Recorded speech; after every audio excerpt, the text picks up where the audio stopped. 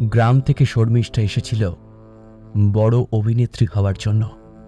আর তারপর কি হলো সেটা না দেখলে আপনি জানতেও পারবেন না আমাদের সমাজে আমাদের চোখের আড়ালে কারা বাস করে। আজকের গল্পটা এখান থেকে শুরু হলো। শর্মিকে নিয়ে এসছে জিৎ একজন বড় ডিরেক্টরের সঙ্গে আলাপ করিয়ে দিতে, কারণ তার হাজব্যান্ড জানে এই ডিরেক্টর একবার যে ছেলে মেয়ের দিকে তাকায় সেই ছেলে মেয়ের ফিউচার অনেক ভালো হয়ে যায়। শর্মি একটু ভয় পেল। তারপর জিৎ বলল, আমি ভেতরে গিয়ে কথা বলে আসছি, তুমি এখানটা দাঁড়াও। শর্মিকে ভেতরে ঢোকার সময় বলল, তুমি চিন্তা করো না, আমি তোমার জন্য ভালো কিছু খবর নিয়েই আসবো। এরপর ভেতরে ঢুকে যায়। আর ওদিকে থাকে এই শহরের একজন বড় ডিরেক্টর সমর। সমরকে বলল, স্যার আমি এসছি, আমি গ্রাম থেকে এসছি। সমর বলল, কি চাই? আর পাশে যে ছেলেটি দাঁড়িয়ে রয়েছে ওর নাম পল্টু। পল্টু ওর অ্যাসিস্ট্যান্ট, সবসময় তার স্যারের সঙ্গে থাকে। সে ঢুকে বলল, আচ্ছা স্যার, আমি আমার গ্রাম থেকে আমার বউকে নিয়ে এসেছি বড় অভিনেত্রী করার জন্য। আপনার এখানে যদি একটা অডিশন দেওয়া যায়। না না না, আমার এখানে কোনো অডিশন চলছে না, এখন তো অডিশন চলছেই না। ওদিকে বাইরে দাঁড়িয়ে রয়েছে শর্মি। সে ঘড়ির দিকে তাকিয়ে দেখছে অনেকটা দেরি হয়ে যাচ্ছে, আবার তাকে গ্রামে ফিরে যেতে হবে। ওদিকে ছেলেটি বলল, আপনি একবার দেখুন না ওর অডিশন নিয়ে, ও খুব ভালো অভিনয় করে। তখন সমর বলল, আচ্ছা এসো। আসার পরেও কোনো কথা বলছে না দেখে তখন জিৎ আবার বলল, স্যার। সমর জিৎকে বলল, ঘরে এসো, তোমার সঙ্গে কথা বলছি। আর ওদিকে পল্টু সবটা দেখছে, আর শর্মি বাইরে দাঁড়িয়ে অপেক্ষা করছে। শর্মি ভাবছে কখন তার বর বেরিয়ে আসবে। ওদিকে ডিরেক্টর বলল, শোনো, টাকা লাগবে, আমি নতুন যাদেরকেই চান্স দিই তাদের থেকে টাকা নিই, সে যদি ছেলে হয়। আর তোমার বউকে কেমন দেখতে? ওদিকে জিৎ বলল, আমার বউকে দারুণ দেখতে, স্যার নিয়ে আসবো, অডিশন নেবেন? স্যার বলল, হ্যাঁ দেখতে পারি, তবে মেয়েদের জন্য ব্যাপারটা অন্য, সেটা কি তোমার বউ রাজি হবে? দেখো, তোমার সঙ্গে আমি খোলাখুলি আলোচনা করছি, তুমি যদি রাজি থাকো তবেই। এবার কিছু একটা ভাবলো জিৎ, তারপর বলল, এসব কেউ করতে চাইবে? দেখুন স্যার, ওর বড় হওয়ার জন্য আমি ওকে এটা করতে বলতে পারি না, কম্প্রোমাইজও করতে পারবে না। এরপর বললো, তোর কম্প্রোমাইজ, ওসব ভেবে কি লাভ? ও অনেক বড় হবে, ও স্টার হয়ে যাবে, তখন কত টাকা ইনকাম করবে? যাও যাও, তুমি ওকে নিয়ে এসো, এত ভেবো না। গ্রাম থেকে শহরে এসছো, একদিন শহরেই তোমাদের বাড়ি হবে, যাও। এরপর জিৎ গেল তার বউকে এই কথাটাই বলতে। আর ওদিকে ডিরেক্টর সমর, সে খুব খুশি, কারণ তার জন্য আজকে একটা নতুন মেয়ে অপেক্ষা করছে। এই যে এতটা খারাপ মানুষ সেটা জানে তার অ্যাসিস্ট্যান্টকে বলল, শোন, এখন ভেতরে কাজ চলবে, তুই বাইরেটা দেখিস। ছেলেটি বলল, স্যার আপনার কি এগুলো করা উচিত হচ্ছে? পল্টু বলল, কিন্তু সমর কোনো কথাই শুনল না। সমর যা বলল পল্টু তাই করে। পল্টু বেরিয়ে গেল।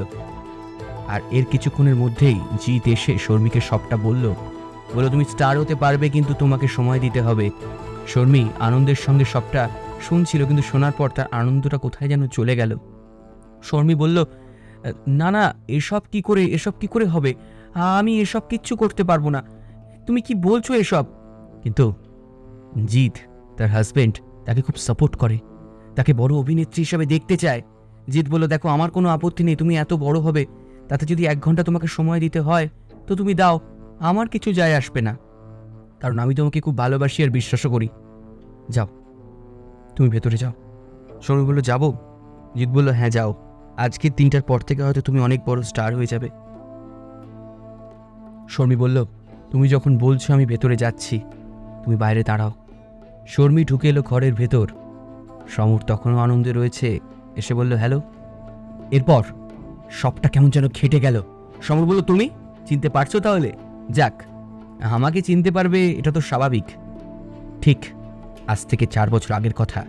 গ্রাম থেকে মেয়েটা শহরে এসেছিল, তাকে একটা বড় চরিত্রের সুযোগ দেবে বলে এই শর্মিকেই। হ্যাঁ, এখন যাকে শর্মি দেখছেন তখন ওর নাম ছিল শর্মিষ্ঠা, এবং শর্মিষ্ঠাকে সুযোগ দেবে বলে তার সঙ্গে এই ডিরেক্টর সেদিনও সময় কাটিয়েছিল।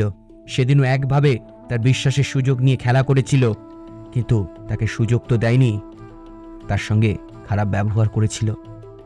আর ওদিকে এই পল্টুই ছিল তখন। পল্টু যখন কাজে বাধা দিতে এসেছিল, পল্টুকে বলেছিল, যাও, বেরিয়ে যাও, তোমাকে বলেছি না আমার পারমিশন না নিয়ে আমার ঘরে ঢুকবে না, বারবার এই ভুল কেন করো, যাও। পল্টু কিছু বলতে পারে না।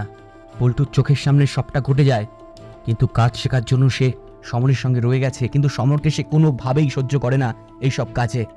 সেদিন শর্মিষ্ঠার সঙ্গে যেটা হয়েছিল, শর্মিষ্ঠা সেটা চায়নি এবং ভেবেছিল সে হয়তো অনেক অনেক বড় প্রতিষ্ঠিত ব্যক্তি হবে, প্রতিষ্ঠিত মানুষ হবে, সে প্রতিষ্ঠা পাবে এই শহরে একজন ভালো অভিনেত্রী হিসাবে, কিন্তু হয়নি। তাকে মিথ্যে কথা বলে তার সঙ্গে সময় কাটিয়েছিল, আর আজ এই সুযোগটাই নিল আবার শর্মী আর জিৎ। আসলে পুরোটাই তাদের প্ল্যান ছিল এই ছেলেটাকে হাতে নাতে ধরবে বলে, আর এই পুরো কাজটা থেকে সাহায্য করেছে জানেন? হ্যাঁ, পল্টু। সবটা শোনার পর সমরের মাথায় আকাশ ভেঙে পড়ল। ওদিকে সমর বলছে, তোমরা আমার কিচ্ছু করতে পারবে না, কিচ্ছু না, তোমরা আমার কিচ্ছু করতে পারবে না, কি প্রমাণ আছে, কি প্রমাণ আছে? ওই যে বললাম, সবটাতে সাহায্য করেছে পল্টু। কিছুক্ষণ আগে যখন জিতের সঙ্গে কথা বলছিল, পুরোটাই সমর যা যা জিতের সঙ্গে কথা বলেছে তার অ্যাসিস্ট্যান্ট পল্টু সবটা ফোনে রেকর্ড করে রেখেছিল। হ্যাঁ, এবার শর্মী ওর জামাটা ধরে বলল, উচিত শিক্ষা তোকে এবার দেব। সমর বলল, হ্যাঁ ঠিক আছে দেবে, কিন্তু তার আগে তো প্রমাণটা বলো, কি প্রমাণ আছে তোমাদের আমার ক্ষেত্রে আমি এমনটা করি, আমি প্রতিষ্ঠিত। এরপরেই সবটা বলতে শুরু করলো পল্টু। ওই ডিরেক্টর সমর জিতকে যা যা বলেছিল তার বউকে ভেতরে নিয়ে আসার জন্য, সেটা পল্টু রেকর্ড করে নিয়েছিল, এবং সেই প্রমাণটা তো তার কাছে রয়ে গেছে। এবার সে কি করে বাঁচবে? সবার কাছে তো প্রকাশ পেয়ে যাবে, এটা ভাইরাল হয়ে যাবে। আর পল্টুকে যাওয়ার সময় বলে গেল, ভগবান তোমার মঙ্গল করুক, তুমি এত ভালো কাজ করলে, আজকের পর থেকে অনেক মেয়ে বেঁচে যাবে। পল্টু বলল, আপনাদের সঙ্গে থানায় দেখা হবে, এই লোকটাকে থানায় দেওয়া উচিত। গল্পটা ভালো লাগলে শেয়ার করে দেবেন, আর শর্মিরা কি ঠিক কাজ করলে অবশ্যই কমেন্টস বক্সে লিখে জানাবেন। খুব তাড়াতাড়ি ফিরছি নতুন গল্প নিয়ে।